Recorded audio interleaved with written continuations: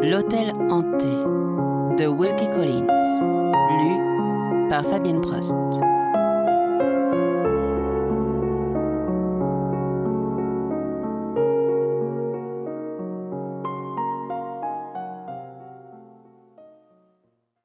Première partie. Chapitre 1. En 1860, la réputation du docteur Wibrow de Londres était arrivée à son apogée. Les gens bien informés affirmaient que, de tous les médecins en renom, c'était lui qui gagnait le plus d'argent. Un après-midi, vers la fin de l'été, le docteur venait de finir son déjeuner après une matinée d'un travail excessif. Son cabinet de consultation n'avait pas des amplis et il tenait déjà à la main une longue liste de visites à faire lorsque son domestique lui annonça qu'une dame désirait lui parler. « Qui est-ce » demanda-t-il. « Une étrangère ?»« Oui, monsieur.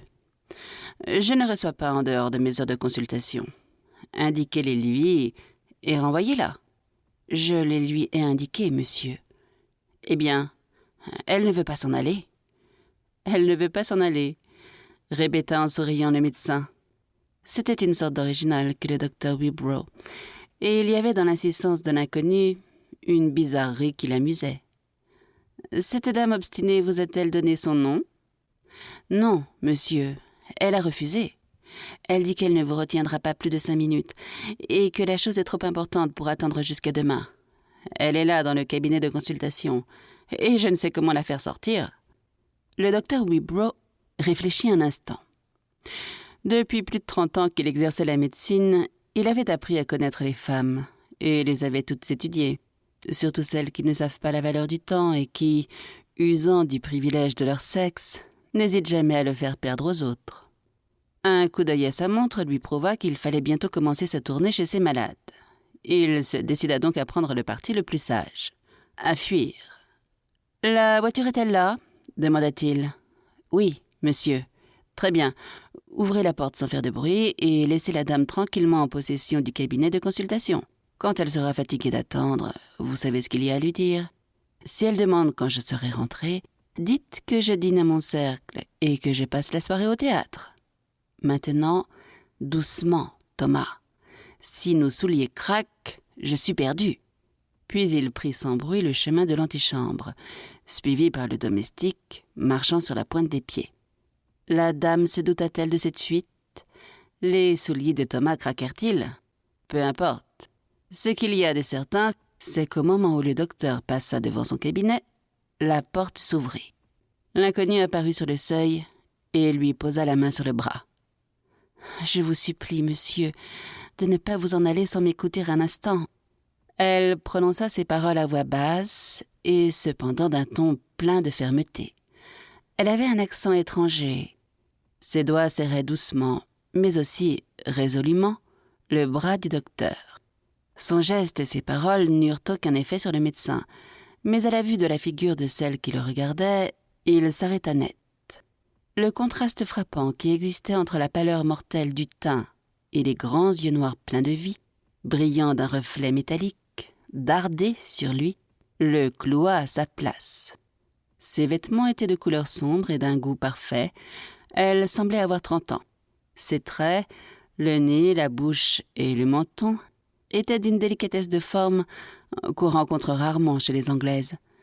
C'était sans contredit une belle personne, malgré la pâleur terrible de son teint et le défaut moins apparent d'un manque absolu de douceur dans les yeux. Le premier moment de surprise passé, le docteur se demanda s'il n'avait pas devant lui un sujet curieux à étudier. Le cas pouvait être nouveau et intéressant. « Cela m'en a tout l'air, pensa-t-il, et vaut peut-être la peine d'attendre. » Elle pensa qu'elle avait produit sur lui une violente impression et desserra la main qu'elle avait posée sur le bras du docteur. « Vous avez consolé bien des malheureuses dans votre vie, » dit-elle. « Consolez-en une de plus aujourd'hui. » Sans attendre de réponse, elle se dirigea de nouveau vers le cabinet de consultation. Le docteur la suivit et ferma la porte. Il la fit asseoir sur un fauteuil en face de la fenêtre. Le soleil, ce qui est rare à Londres, était éblouissant cet après-midi-là. Une lumière éclatante l'enveloppa. Ses yeux la supportèrent avec la fixité des yeux d'un aigle. La pâleur uniforme de son visage paraissait alors plus effroyablement livide que jamais.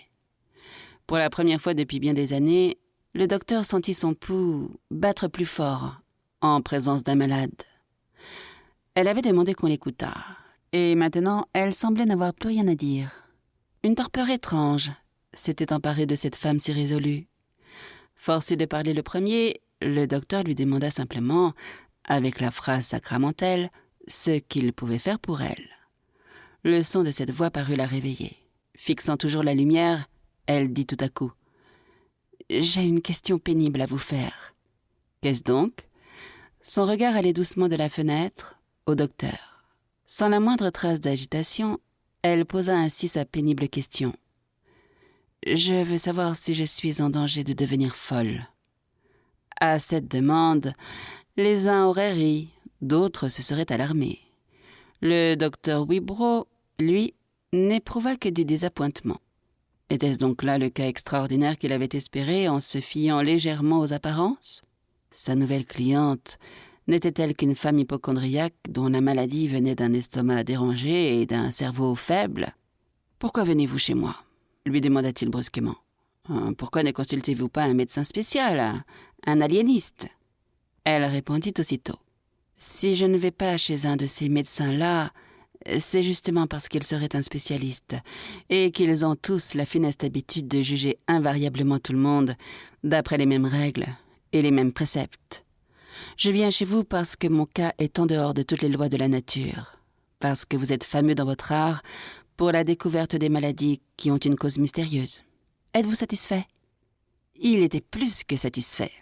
Il ne s'était donc pas trompé.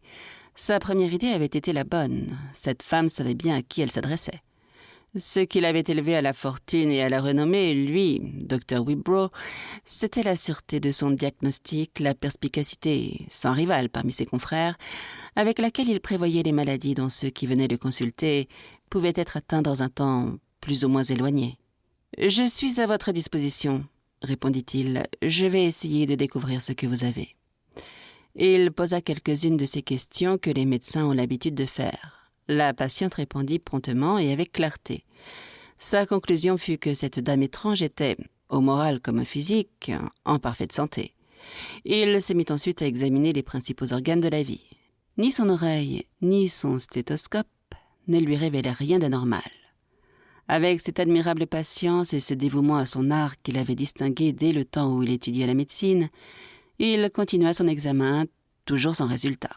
Non seulement il n'y avait aucune prédisposition à une maladie du cerveau, mais il n'y avait même pas le plus léger trouble du système nerveux. « Aucun de vos organes n'est atteint, » dit-il. « Je ne peux même pas me rendre compte de votre extrême pâleur. Vous êtes pour moi une énigme. »« Ma pâleur n'est rien, » répondit-elle avec un peu d'impatience. « Dans ma jeunesse, j'ai failli mourir empoisonnée. Depuis, mes couleurs n'ont jamais reparu, et ma peau est si délicate qu'elle ne peut supporter le fard. Mais ceci n'a aucune importance. Je voulais avoir votre opinion. Je croyais en vous. Et maintenant, je suis toute désappointée. » Elle laissa tomber sa tête sur sa poitrine. « Et c'est ainsi que tout cela finit, » dit-elle en elle-même, amèrement. Le docteur parut touché. Peut-être serait-il plus exact de dire que son amour-propre de médecin était un peu blessé. « Cela peut encore se terminer comme vous le voulez, » dit-il, « si vous prenez la peine de m'aider un peu. » Elle releva la tête. Ses yeux étincelaient. « Expliquez-vous. Comment puis-je vous aider ? Avouez, madame, que vous venez chez moi un peu comme un sphinx. Vous voulez que je découvre l'énigme avec le seul secours de mon art. La science peut faire beaucoup, mais non pas tout. Voyons, quelque chose doit vous être arrivé, quelque chose qui n'a aucun rapport à votre état de santé et qui vous a effrayé. Sans cela, vous ne seriez jamais venu me consulter.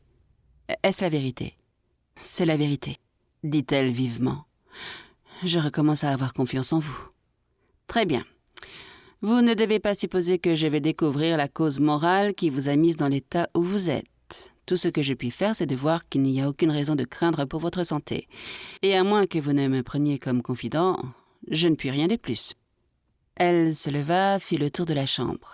« Supposons que je vous dise tout, » répondit-elle. « Mais faites bien attention que je ne nommerai personne. Je ne vous demande pas de nom. Les faits seuls me suffisent. » « Les faits sont de peu d'importance, » reprit-elle. Je n'ai que des impressions personnelles à vous révéler, et vous me prendrez probablement pour une folle imaginaire quand vous m'aurez entendu. Qu'importe. Je vais faire mon possible pour vous contenter. Je commence par les faits, puisque vous le voulez. Mais croyez-moi, cela ne vous servira pas à grand-chose. » Elle s'assit de nouveau et commença avec la plus grande sincérité, la plus étrange et la plus bizarre de toutes les confessions qu'eût jamais entendues le docteur. Chapitre 2. Je suis veuve, monsieur, c'est un fait. Je vais me remarier, c'est encore un fait. Elle s'arrêta et sourit à quelque pensée qui lui traversa l'esprit. Ce sourire fit mauvaise impression sur le docteur Wibrow. Il avait quelque chose de triste et de cruel à la fois. Il se dessina lentement sur ses lèvres et disparut soudain. Le docteur se demanda s'il avait bien fait de céder à son premier mouvement. Il songea avec un certain regret à ses malades qui l'attendaient. La dame continua. « Mon prochain mariage, dit-elle, se rattache à une circonstance assez délicate. Le gentleman dont je dois être la femme était engagé à une autre personne quand le hasard fit qu'il me rencontra à l'étranger. Cette personne, faites bien attention, est de sa famille, c'est sa cousine. Je lui ai innocemment volé son fiancé, j'ai détruit toutes les espérances de sa vie. Innocemment, dis-je, parce qu'il ne m'a révélé son engagement antérieur qu'après que je lui ai moi-même accordé ma main. Quand nous nous revîmes en Angleterre, et quand il craignit sans doute que l'affaire ne vînt à ma connaissance, il m'avoua la vérité. Naturellement, je fus indigné. Il avait une excuse toute prête. Il me montra une lettre de sa cousine, lui rendant sa parole. Je n'ai jamais rien lu de plus noble, d'un esprit plus élevé. J'en pleurais, moi qui n'ai pas trouvé de larmes à verser sur mes propres douleurs. Si la lettre lui avait laissé l'espoir d'être pardonnée, j'aurais positivement refusé de l'épouser. Mais la fermeté de cette lettre sans colère, sans un mot de reproche, faisant au contraire des souhaits pour son bonheur, la fermeté dont elle était empreinte, ne pouvait lui laisser d'espoir. Il me supplia d'avoir pitié de lui, de ne pas oublier son amour pour moi. Vous savez ce que sont les femmes. Moi aussi, j'eus le cœur tendre. Je donnai mon consentement et dans 8 jours, je tremble quand j'y songe. Nous serons mariés. » Elle tremblait réellement. Elle fut obligée de s'arrêter quelques instants avant de reprendre. Le docteur, attendant toujours la révélation de quelque fait important, commençait à craindre d'avoir à subir un long récit. « Pardonnez-moi, madame, dit-il, de vous rappeler que j'ai des personnes souffrantes qui attendent ma visite. Plus vite vous arriverez au but, mieux cela vaudra pour mes malades et pour moi. » L'étrange sourire si triste et si froid reparut sur les lèvres de l'inconnu. « Rien de ce que je dis n'est inutile. Vous le verrez vous-même dans un moment. » Elle continua en ces termes. « Hier, ne craignez pas une longue histoire, monsieur. Hier même, je venais de prendre part à un de vos lunchs anglais lorsqu'une dame qui m'était tout à fait inconnue arriva. Elle était en retard. Nous avions déjà quitté la table, nous étions dans le salon. Elle prit par hasard une chaise à côté de la mienne. On nous présenta l'une à l'autre. Je connaissais son nom, elle connaissait aussi le mien.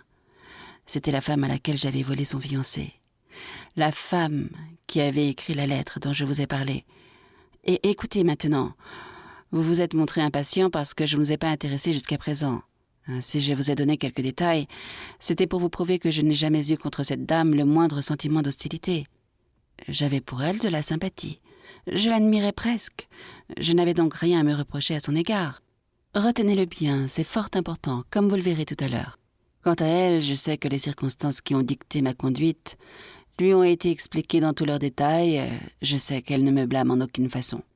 Et maintenant que vous savez tout, expliquez-moi, si vous le pouvez, pourquoi, quand je me suis levée et que mes yeux ont rencontré les siens, pourquoi j'ai senti un manteau de glace m'envelopper, un frisson parcourir mes membres, une peur mortelle s'abattre sur moi pour la première fois de ma vie. » Le docteur commençait à s'intéresser au récit.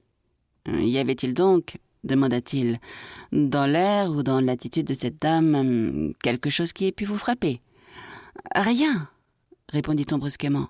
« Voici son portrait. Une Anglaise comme elles le sont toutes, avec des yeux bleus, froids et clairs, le teint rosé, les manières pleines de politesse et de froideur, la bouche grande et réjouie, des joues et un menton gros, et c'est tout.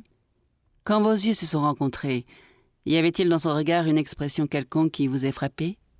Je n'y ai découvert que la curiosité bien naturelle de voir la femme qui lui avait été préférée, et peut-être aussi quelque étonnement de ne pas la trouver plus belle et plus charmante. Ces deux sentiments, contenus dans les limites des convenances du monde, sont les seuls que j'ai pu deviner. Ils n'ont du reste fait que paraître et disparaître. En proie à une horrible agitation, toutes mes facultés se troublaient. Si j'avais pu marcher, je me serais précipitée hors de la chambre, tant cette femme me faisait peur. Mais c'est à peine si je pus me lever. Je tombai à la renverse sur ma chaise, regardant toujours ses yeux bleus et calmes qui me fixaient alors avec une douce expression de surprise, et cependant j'étais là comme un oiseau fasciné par un serpent. Son âme plongeait dans la mienne, l'enveloppant d'une crainte mortelle. Je vous dis mon impression telle que je l'ai ressentie, dans toute son horreur et dans toute sa folie. Cette femme, j'en suis sûre, est destinée, sans le savoir, à être le mauvais génie de ma vie.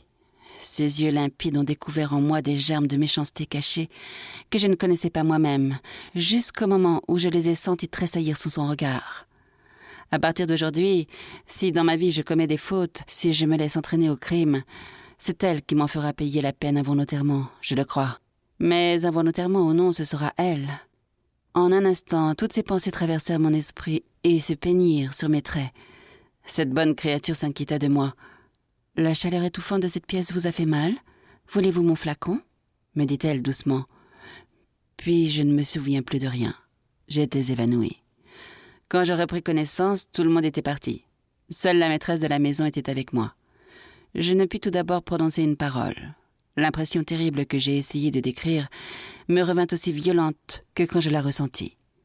Dès que je pus parler, je la suppliai de me dire toute la vérité sur la femme que j'avais supplantée. J'avais un faible espoir que sa bonne réputation ne fût pas réellement méritée, que sa lettre fût une adroite hypocrisie. Enfin, j'espérais qu'elle nourrissait contre moi une haine soigneusement cachée. Non. La personne à qui je m'adressais avait été son amie d'enfance. Elle la connaissait aussi bien que si elle lui était sa sœur. Elle m'affirma qu'elle était aussi bonne, aussi douce, aussi incapable de haïr que la sainte la plus parfaite qui ait jamais été. Mon seul, mon unique espoir m'échappait donc. J'aurais voulu croire que ce que j'avais éprouvé en présence de cette femme était un avertissement de me tenir en garde contre elle, comme contre un ennemi. Après ce qu'on venait de m'en dire, cela était impossible. Il me restait encore un effort à faire. Je le fis. J'allai chez celui que je dois épouser lui demander de me rendre ma parole. Il refusa. Je déclarai que malgré tout je voulais rompre. Il me fit voir alors des lettres de ses sœurs, des lettres de ses frères et de ses meilleurs amis. Toutes l'engageaient à bien réfléchir avant de faire de moi sa femme. Toutes répétant les bruits qui ont couru sur moi à Paris, à Vienne et à Londres. Autant de mensonges infâmes. « Si vous refusez de m'épouser, me dit-il, c'est que vous reconnaîtrez que ces bruits sont fondés. Vous avouerez que vous avez peur d'affronter le monde à mon bras. » Que pouvais-je répondre? Il n'y avait pas à discuter. Il avait pleinement raison. Si je persistais dans mon refus, c'était l'entière destruction de ma réputation. Je consentis donc à ce que le mariage ait lieu, comme nous l'avions arrêté, et je le quittai. C'était hier. Je suis ici, toujours avec mon idée fixe. Cette femme est appelée à avoir une influence fatale sur ma vie. Je suis ici et je pose la seule question que j'ai à faire, au seul homme qui puisse y répondre. Pour la dernière fois, monsieur, que suis-je? Un démon qui a vu l'ange vengeur ou une pauvre folle, trompée par l'imagination déréglée d'un esprit en délire? Le docteur Wibrow se leva de sa chaise pour terminer l'entretien. Il était fortement et péniblement impressionné par ce qu'il avait entendu. À mesure qu'il avait écouté ce récit, la conviction qu'il était en face d'une méchante femme s'était ancrée dans son esprit. Il essaya, mais en vain, de la regarder comme une personne à plaindre, comme une malheureuse femme d'une imagination sensible et maladive, sentant se développer les germes du mal que nous avons tous en nous, et essayant réellement de réagir contre cette fatale influence et d'ouvrir son cœur au conseil du bien. Mais une mauvaise pensée lui souffla ces mots, aussi distinctement que s'il l'eût entendu à son oreille. « Fais attention, tu crois trop en elle. »« Je vous ai déjà donné mon opinion, » dit-il. « Il n'y a chez vous aucun symptôme de dérangement d'esprit présent ou à venir qu'un médecin puisse découvrir. Un médecin, vous m'entendez bien? Quant aux impressions que vous m'avez confiées, tout ce que je puis vous dire, c'est que vous êtes, je crois, dans un cas où l'on a plus besoin de conseils s'appliquant à l'âme qu'au corps. Soyez certaine que ce que vous m'avez dit dans ce cabinet n'en sortira pas. Votre confession restera secrète, je vous l'affirme. » Elle l'écouta avec une sorte de résignation soumise jusqu'à la fin. « Est-ce là tout ?» demanda-t-elle. « C'est tout, » répondit-il. « Permettez-moi de vous remercier, monsieur, » reprit-elle en mettant un petit rouleau d'argent sur la table. Elle se leva. Ses yeux noirs et brillants avaient une expression de désespoir si poignant et si horrible dans leur plainte silencieuse que le docteur détourna la tête, incapable d'en supporter la vue. L'idée de garder non seulement de l'argent, mais même une chose qui lui eût appartenu ou à laquelle elle eût touché, lui était insupportable. Soudain, toujours sans la regarder, il lui tendit le rouleau en disant « Reprenez-le, je ne veux pas être payé. » Elle, sans faire attention, sans entendre, les yeux toujours levés au ciel, se parlant à elle-même, s'écria « Attendons la fin, car j'ai fini avec la lutte. Je me soumets. » Elle rabattit son voile sur son visage, salua le docteur et quitta le cabinet. Il sonna, la reconduisit jusqu'à l'antichambre, et comme le domestique refermait la porte derrière elle, un éclair de curiosité indigne de lui et en même temps irrésistible traversa l'esprit du docteur. C'est en rougissant qu'il dit à son domestique « Suivez-la chez elle et sachez son nom. » Pendant un instant, le serviteur regarda le maître, se demandant s'il en croirait ses oreilles. Le docteur Wibrow le fixa en silence. Le domestique comprit ce que ce silence signifiait. Il prit son chapeau et s'élança dans la rue. Le docteur rentra dans son cabinet. À peine y fut-il qu'un changement subit se fit en lui. Cette femme avait-elle donc apporté chez lui une épidémie de mauvais sentiments? Y avait-il déjà succombé? Quel besoin avait-il de se rabaisser aux yeux de son propre domestique? Sa conduite était indigne d'un honnête homme, d'un homme qu'il avait fidèlement servi depuis des années. Il venait de faire un espion. Irrité à cette seule pensée, il courut à l'antichambre et en ouvrit la porte. Le domestique avait disparu. Il était trop tard pour le rappeler. Il ne lui restait qu'un moyen d'oublier le mépris qu'il se sentait pour lui-même, le travail. Il monta en voiture et fit ses visites à ses malades. Si ce fameux médecin avait pu détruire sa réputation, il l'aurait fait cet après-midi même. Jamais encore il ne s'était montré si peu soigneux de ses malades. Jamais encore il n'avait remis au lendemain l'ordonnance qui aurait dû être écrite à l'instant même, le diagnostic qui aurait dû être donné instantanément. Il rentra chez lui de meilleure heure que de coutume, fort mécontent. Le domestique était de retour. Le docteur Wibrow n'osait plus le questionner. Mais avant d'être interrogé, il rendit compte du résultat de sa mission. « La dame s'appelle la comtesse Narona. Elle demeure à... » Sans en entendre davantage, le docteur fit un signe de tête comme pour remercier et entra dans son cabinet. L'argent qu'il avait refusé était encore sur la table, dans son petit rouleau de papier blanc. Il le mit sous une enveloppe qu'il cacheta. Il le destinait au tronc pour les pauvres du bureau de police voisin. Puis, appelant le domestique, il lui donna l'ordre de le porter au magistrat dès le lendemain matin. Fidèle à ses devoirs, le domestique fit la question accoutumée. « Monsieur dîne-t-il chez lui aujourd'hui ?» Après un moment d'hésitation, le docteur dit « Non, je vais dîner au cercle. » De toutes les qualités morales, celle qui se perd le plus facilement est sans contredit la conscience. L'esprit humain, dans certains cas, n'a pas de juge plus sévère qu'elle. Dans d'autres, au contraire, l'esprit et la conscience sont au mieux ensemble et vivent en harmonie comme deux complices. Quand le docteur Wibrow sortit de chez lui pour la seconde fois, il ne chercha même pas à se cacher lui-même que la seule raison pour dîner au cercle était de chercher à savoir ce que le monde disait de la comtesse Narona. Chapitre 3. Il fut un temps où l'homme, à l'affût de toutes les médisances, recherchait la société des femmes. Maintenant, l'homme fait mieux. Il va à son cercle et entre dans le fumoir. Le docteur Wibrow alluma donc son cigare et regarda autour de lui. Ses semblables étaient réunis en conclave. La salle était pleine, mais la conversation encore languissante. Le docteur, sans s'en douter, y apporta l'entrain qui y manquait. Quand il lui demandait si quelqu'un connaissait la comtesse Narona, il lui fut répondu par une sorte de tollé général, indiquant l'étonnement. Jamais. Telle était du moins l'opinion du conclave. Jamais on n'avait encore fait une question aussi absurde.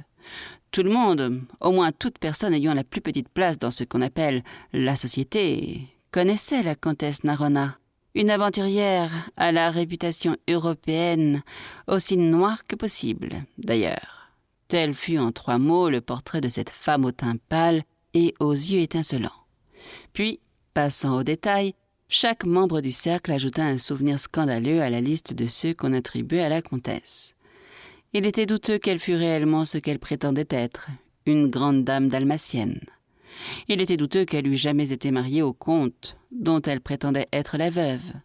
Il était douteux que l'homme qui l'accompagnait dans ses voyages, sous le nom de baron Rivard et en qualité de frère, fût véritablement son frère. On prétendait que le baron était un joueur connu dans tous les tapis verts du continent. On prétendait que sa soi-disant sœur avait été mêlée à une cause célèbre relative à un empoisonnement, à Vienne, qu'elle était connue à Milan comme une espionne de l'Autriche, que son appartement à Paris avait été dénoncé à la police comme un véritable tripot et que son apparition récente en Angleterre était le résultat naturel de cette dernière découverte. Un seul membre de l'Assemblée des fumeurs prit la défense de cette femme si gravement outragée et déclara que sa réputation avait été cruellement et injustement noircie. Mais cet homme était un avocat. Son intervention ne servit à rien. On l'attribua naturellement à l'amour de la contradiction qu'éprouvent tous les gens de son métier. On lui demanda ironiquement ce qu'il pensait des circonstances à la suite desquelles la comtesse en était arrivée à promettre sa main. Il répondit d'une manière très caractéristique qu'il pensait que les circonstances auxquelles on faisait allusion n'avaient rien que de fort honorable pour les 2 personnes qui y étaient intéressées, et qu'il regardait le futur mari de la dame comme un homme des plus heureux et des plus dignes d'envie. Le docteur provoqua alors un nouveau cri d'étonnement en demandant le nom de la personne que la comtesse allait épouser. Tous ses amis du fumoir déclarèrent à l'unanimité que le célèbre médecin devait être un frère de la Belle au bois dormant, et qu'il venait à peine de se réveiller d'une léthargie de 20 ans. C'était parfait de dire qu'il était tout à sa profession, et qu'il n'avait ni le temps ni le goût de ramasser dans les dîners ou dans les bals les bouts de conversation qui arrivaient à ses oreilles. Mais un homme qui ne savait pas que la comtesse Narona avait emprunté de l'argent à Hombourg, à Lord de Montbarry, et l'avait ensuite amené à lui faire une proposition de mariage, n'avait probablement jamais entendu parler non plus de Lord de Montbarry lui-même. Les plus jeunes membres du cercle, amis de la plaisanterie, envoyèrent le domestique chercher un dictionnaire de la noblesse et lurent, pour le docteur, à haute voix, la généalogie de la personne en question, l'agrémentant de commentaires variés qu'ils y intercalaient à l'usage du docteur. Herbert John Westwick, premier baron Montbarry de Montbarry, comté du roi en Irlande, créé pair pour des services militaires distingués dans les Indes, né en 1812. Âgé de 48 ans, docteur. En ce moment, non marié. Sera marié la semaine prochaine, docteur, à la délicieuse créature dont nous avons parlé. Héritier présomptif, le frère cadet de sa seigneurie, Stephen Robert, marié à Ella, la plus jeune fille du révérend Silas Marden, recteur de Rumigate, à 3 filles de son mariage. Les plus jeunes frères de sa seigneurie, Francis et Henry, non mariés. Sœur de sa seigneurie Lady Berville, mariée à Sir Theodore Berville, Bart, et Anne, veuve de feu Peter Narberry, de Narberry Cross. Retenez bien, docteur, la famille de sa seigneurie. 3 frères Westwick, Stephen, Francis et Henry, et 2 sœurs Lady Berville et Madame Narberry. Pas un des 5 ne sera présent au mariage, et il n'en est pas un des 5 qui ne fera tout son possible pour l'empêcher, si la comtesse en donne le moindre prétexte.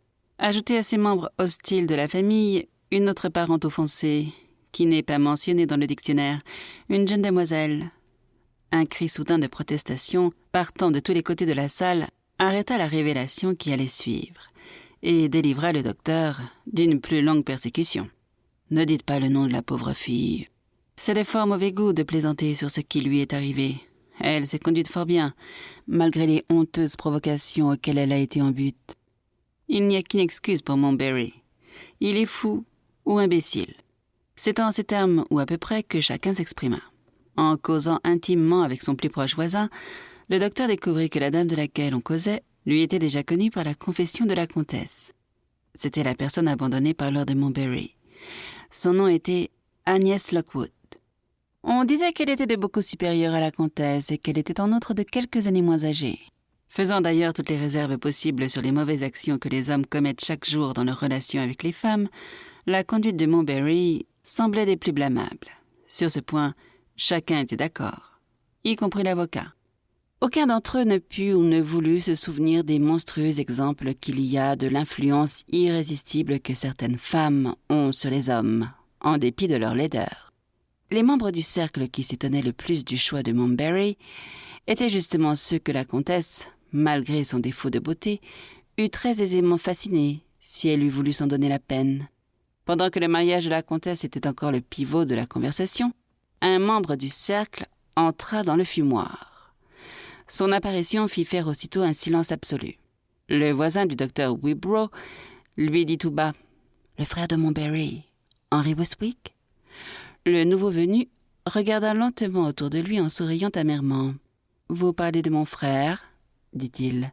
« Ne faites pas attention à moi. Aucun de vous ne peut avoir pour lui plus de mépris que j'en ai moi-même. Continuez, messieurs, continuez. » Un seul des assistants prit le nouveau venu au mot. C'était l'avocat qui avait déjà tenté la défense de la comtesse. « Je reste donc seul de mon opinion, dit-il, mais je n'ai pas honte de la répéter devant qui que ce soit. Je considère la comtesse Narona comme fort injustement soupçonnée. Pourquoi ne deviendrait-elle pas la femme de Lord de Montbarry? Qui de nous peut dire qu'elle fait une spéculation, par exemple, en l'épousant? » Le frère de Montbarry se retourna brusquement vers celui qui venait de parler. « Moi, je le dis, » répliqua-t-il. La réponse aurait pu désarçonner certaines gens, mais l'avocat resta impassible et continua à défendre le terrain qu'il avait choisi. « Je crois que je suis dans le vrai, » reprit-il, en disant que le revenu de sa seigneurie est plus que suffisant pour fournir à ses besoins sa vie durant. J'ajoute que c'est un revenu provenant presque entièrement de propriétés en terre situées en Irlande et dont chaque arpent est substitué. Le frère de Montbarry fit un signe d'assentiment pour faire comprendre qu'il n'y avait pas d'objection possible sur ce point. « Si sa seigneurie décède en premier, » continua l'avocat, « on m'a dit que le seul legs qu'il peut faire à sa veuve consiste en fermage sur la propriété, ne s'élevant à pas plus de 400 livres par an. Ses pensions, ses retraites, c'est un fait bien connu, s'éteignent avec lui. 400 livres par an, voilà donc tout ce qu'il peut donner à la comtesse, s'il la laisse veuve. 400 livres par an, ce n'est pas tout. Mon frère a assuré sa vie pour 10 000 livres, qu'il a léguées à la comtesse au cas où il mourrait avant elle. » Cette déclaration produisit un certain effet. Chacun se regarda en répétant ces 3 mots. 10 000 livres? Poussé au pied du mur, le notaire fit un dernier effort pour défendre sa position. « Puis-je vous demander qui a fait de cet arrangement une condition du mariage ?» dit-il. « Ce n'est sûrement pas la comtesse elle-même. »« C'est le frère de la comtesse, ce qui revient absolument au même, » répondit Henry Westwick.